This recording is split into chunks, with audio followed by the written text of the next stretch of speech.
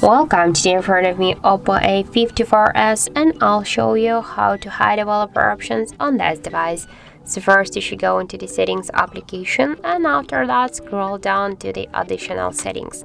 If developer options if they are activated, so we'll see here the section. Just tap here, and to hide them you should click here only once on the switcher.